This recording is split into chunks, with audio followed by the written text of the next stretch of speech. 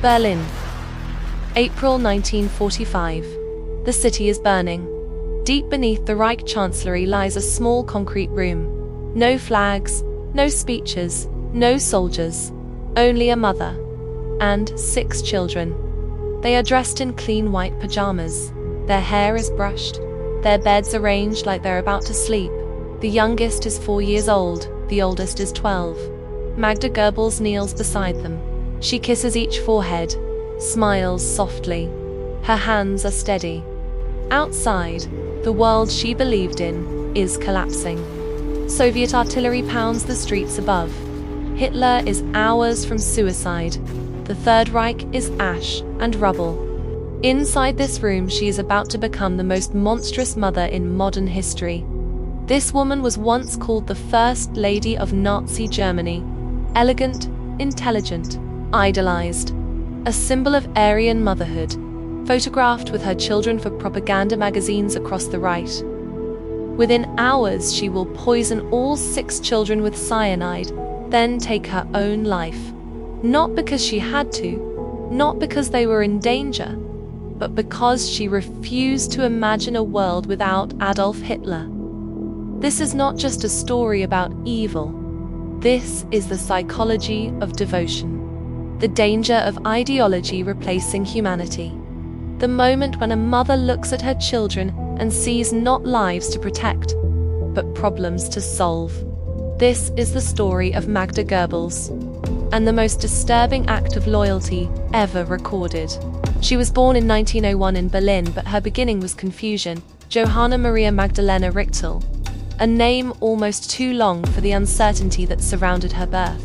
Illegitimate, no clear father, raised by a mother who married multiple times, each husband bringing a different version of family, a different promise of stability. Young Magda learned early that identity was fluid, changeable, something that could be constructed. And she desperately wanted something solid to hold on to. Her childhood was comfortable but hollow. She attended good schools, wore nice clothes, but inside there was an ache, a craving for legitimacy, for order, for a place where she truly belonged. The irony of her story begins here in these formative years, because the man who raised her, her stepfather, was Jewish. She attended schools with Jewish students. She had Jewish friends.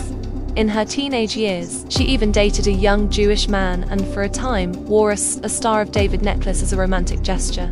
This is the same woman who would later stand beside Adolf Hitler and call herself a champion of Aryan purity. But in 1918, she was just a 17-year-old girl lost in a world that was falling apart. World War I ended. Germany collapsed into chaos. The economy shattered. The empire dissolved. Nothing made sense anymore. And Magda, like millions of Germans, felt adrift, searching for meaning, for purpose, for someone to tell her what came next. In 1921, at age 19, Magda married Günther Quandt, a wealthy German industrialist twice her age. On paper, it was perfect. Wealth, status, security, everything a young woman could want in post-war Germany. In reality, it was suffocating. Günther was not cruel. He was simply absent, focused on his factories, his business empire, his reconstruction of wealth in a shattered nation. Magda became an accessory to his success, a beautiful wife to display at parties, a mother to his son from a previous marriage. She lived in luxury but felt nothing. She had everything except meaning. And meaning, she would discover, was the only thing she truly craved. By 1929, the marriage was crumbling. Günther discovered she'd been unfaithful. The divorce was swift but generous. He left her a small fortune and a luxurious flat in Berlin. Magda was now free. Wealthy, independent, 28 years old, and completely empty inside. She needed something to fill that void, something bigger than herself, something worth believing in. Berlin in 1930 was chaos. Street battles between communists and Nazis, daily clashes, blood on the cobblestones. The Weimar Republic was dying, and everyone knew it. Germany was looking for someone to save them, and Magda, like so many others, was looking for the same thing. One evening, urged on by friends, she attended a large Nazi rally. The main speaker was Joseph Goebbels. Next to Hitler, Goebbels was the Nazis' most effective public speaker. He didn't just give speeches, he performed them, whipping up the audience, bristling with aggression, promising certainty in a world of chaos. He was extremely intelligent, highly educated, PhD in literature from Heidelberg University, but he was also small, had a club foot, a pronounced limp. Magda did not pay attention to his physical appearance. She was struck by his voice, his ideas, his absolute certainty about the future. She immediately joined the party. She bought a copy of Mein Kampf and the Myth of the 20th Century, Alfred Rosenberg's rambling manifesto of racial ideology. She read them like scripture. Magda quickly became leader of the local Nazi women's group. But her presence caused friction. Other members objected to taking orders from such an overprivileged lady. Frustrated, Magda set her sights higher. She applied for work at Goebbels's propaganda department, where he couldn't fail to notice her. Struck by Magda's obvious class and beauty, Goebbels asked her to take responsibility for his private archive. It was a calculated move. Working in close proximity would make it easier for him to seduce her. By late February 1931, they had begun sleeping together. But this was not just an affair. For Magda, it was transformation. She'd finally found what she'd been searching for her entire life. Not just a man, but a mission. A purpose. A belief system that told her exactly who she was and what the world should be. Joseph Goebbels gave her identity, but Adolf Hitler would give her something even more powerful. He would give her religion. Her apartment on Theodor-Heuss-Platz soon became one of the main meeting places for Adolf Hitler and other Nazi officials. And this is where the strange, disturbing dynamic began. Joseph became jealous of the attention Hitler gave Magda. The Führer was charming with her, attentive. He held her hand too long, looked into her eyes with what seemed like genuine affection. And Magda was infatuated with Hitler, not sexually, not romantically, but spiritually. To her, Hitler was not a politician, he was a prophet, a messiah, the incarnation of Germany's destiny. Joseph understood this, and in a twisted way it bonded them. On December 19, 1931, Joseph Goebbels and Magda, already pregnant, got married at a civil ceremony followed by a church service. Adolf Hitler was the best man. When Magda thanked him with a kiss, witnesses reported that Hitler's eyes were full of tears. This was not a marriage, it was a sacrament. Magda had not just married Joseph Goebbels, she had married the Nazi Party, she had married the ideology, she had married the dream of a 1,000-year Reich. And she would remain faithful to that marriage until her very last breath, even if it meant destroying everything she claimed to love. On September 1, 1932, Magda gave birth to their first daughter, Helga. It was a harrowing experience. Magda felt exhausted and very weak afterward. Her doctor explained that giving birth had aggravated a pre-existing heart condition. She should be careful in the future. Despite this, and before being fully recovered, she became pregnant again. She suffered a miscarriage in December, but Magda did not stop. Could not stop. Because she was not just having children, she was producing propaganda. Over the next decade, Magda bore 6 children in total. Helga, Hildegard, Helmut, Holdine, Hedwig, Heidrun, all given names starting with H, for Hitler. The Goebbels family became the model for the entire Reich. Magazines published photos of them. Films featured their domestic bliss. Magda gave speeches about the importance of German motherhood, about the duty of Aryan women to produce children for the fatherland. She was called the First Lady of Nazi Germany, the Madonna of the Reich. She smiled for the cameras, posed with her children, wrote articles about family values. But behind the propaganda, there was a different reality. Those who knew Magda personally described her as distant, cold, elegant, but emotionally detached. She did not play with her children like other mothers. She did not read them bedtime stories. She did not laugh with them or hold them when they cried. She supervised them, managed them, presented them. The children were raised largely by nannies and nurses, while Magda attended party functions, gave speeches, hosted Hitler and other Nazi officials at lavish dinners. Her heart condition worsened over the years. She spent long periods bedridden, but even from bed, she maintained her public image. Letters to party members, statements about the glories of motherhood, endorsements of Nazi family policy. She was not a mother. She was a symbol, and she had chosen to be. Meanwhile, Joseph was having affairs. Many affairs. He was small, physically disabled, married with 6 children, and yet felt entitled to seduce actresses, secretaries, anyone who worked in his propaganda ministry. Magda knew. Everyone knew. In 1938, when Joseph's affair with Czech actress Lida Barová became public, Magda demanded a divorce. She went to Hitler himself, expecting him to support her.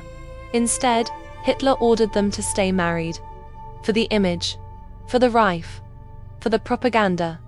And Magda obeyed, because to her, Hitler's word was absolute.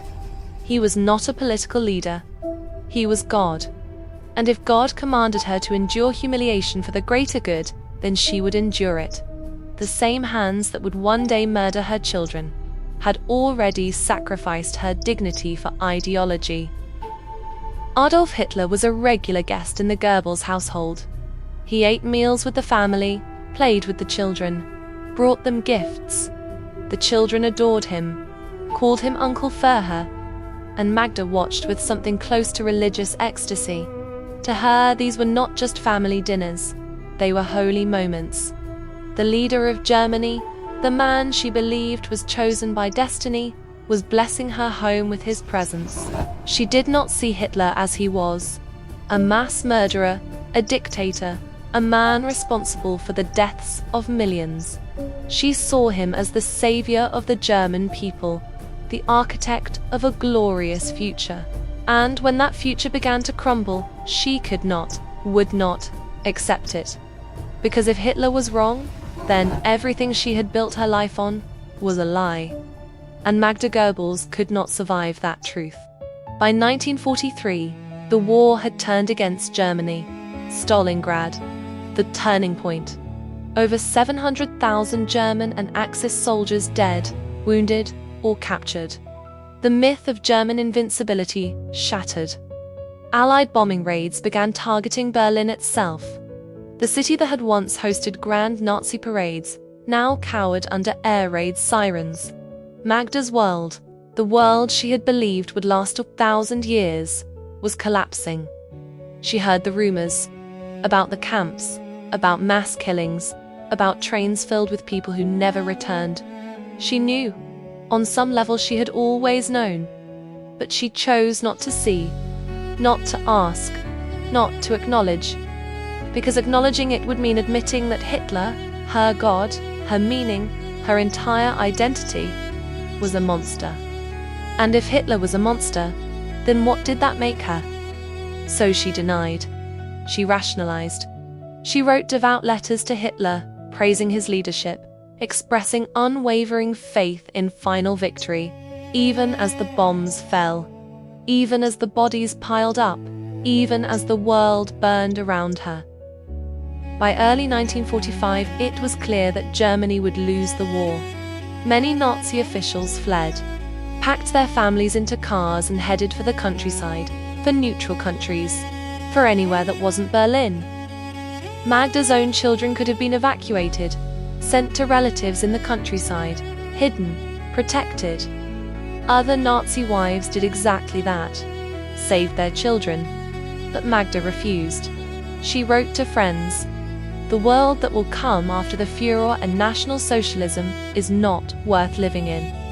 I have brought my children into this world under the Pharaoh's regime. If the Pharaoh has to die, then I and the children shall die with him." Read that again. I have brought my children into this world under the Pharaoh's regime. Not, I brought them into the world because I wanted to be a mother. Not, they are precious lives that deserve protection. But, they are products of an ideology, and if that ideology dies, they must die too. This was not maternal instinct. This was fanatical devotion replacing every human emotion. Magda was no longer a mother. She was an instrument of belief. And belief, when taken to its extreme, demands sacrifice. In late April 1945, as Soviet troops closed in on Berlin, the Goebbels family moved into the Führer bunker. a subterranean complex beneath the Reich Chancellery. Hitler was already there, his inner circle, a few guards, and now Magda and her 6 children. Helga, age 12, Hildegard, age 11, Helmut, age 9, Holdine, age 8, Hedwig, age 6, Heidrun, age 4. The children were excited. To them, it was an adventure. They were with Uncle Führer. They were safe underground while the city above them burned. They did not understand that their mother had brought them there to die. Magda kept them clean, made sure their hair was brushed, dressed them in clean clothes. She was preparing them, not for survival, for death. April 30th, 1945. Afternoon. Magda and Joseph meet with Adolf Hitler and Eva Braun for the last time. They know Hitler plans to commit suicide that day. They know the war is over. Hitler asks Magda one more time, "Evacuate the children. There's still time." She refuses. She tells him calmly, matter-of-factly, "My children are too good for the world that will come after." Hitler nods. He understands, because he too lives in a world of ideology, not reality. Magda and Joseph retreat to their own bunker. They spend the evening with the children. The nurses try to keep things normal. They play quiet games, sing songs. Magda writes a farewell letter to her son from her first marriage, Harold Quandt, who is away serving in the military. She writes, "The world that comes after the Führer and National Socialism is not worth living in. I will take our beautiful children with me, because they are too good for the life that will come after us."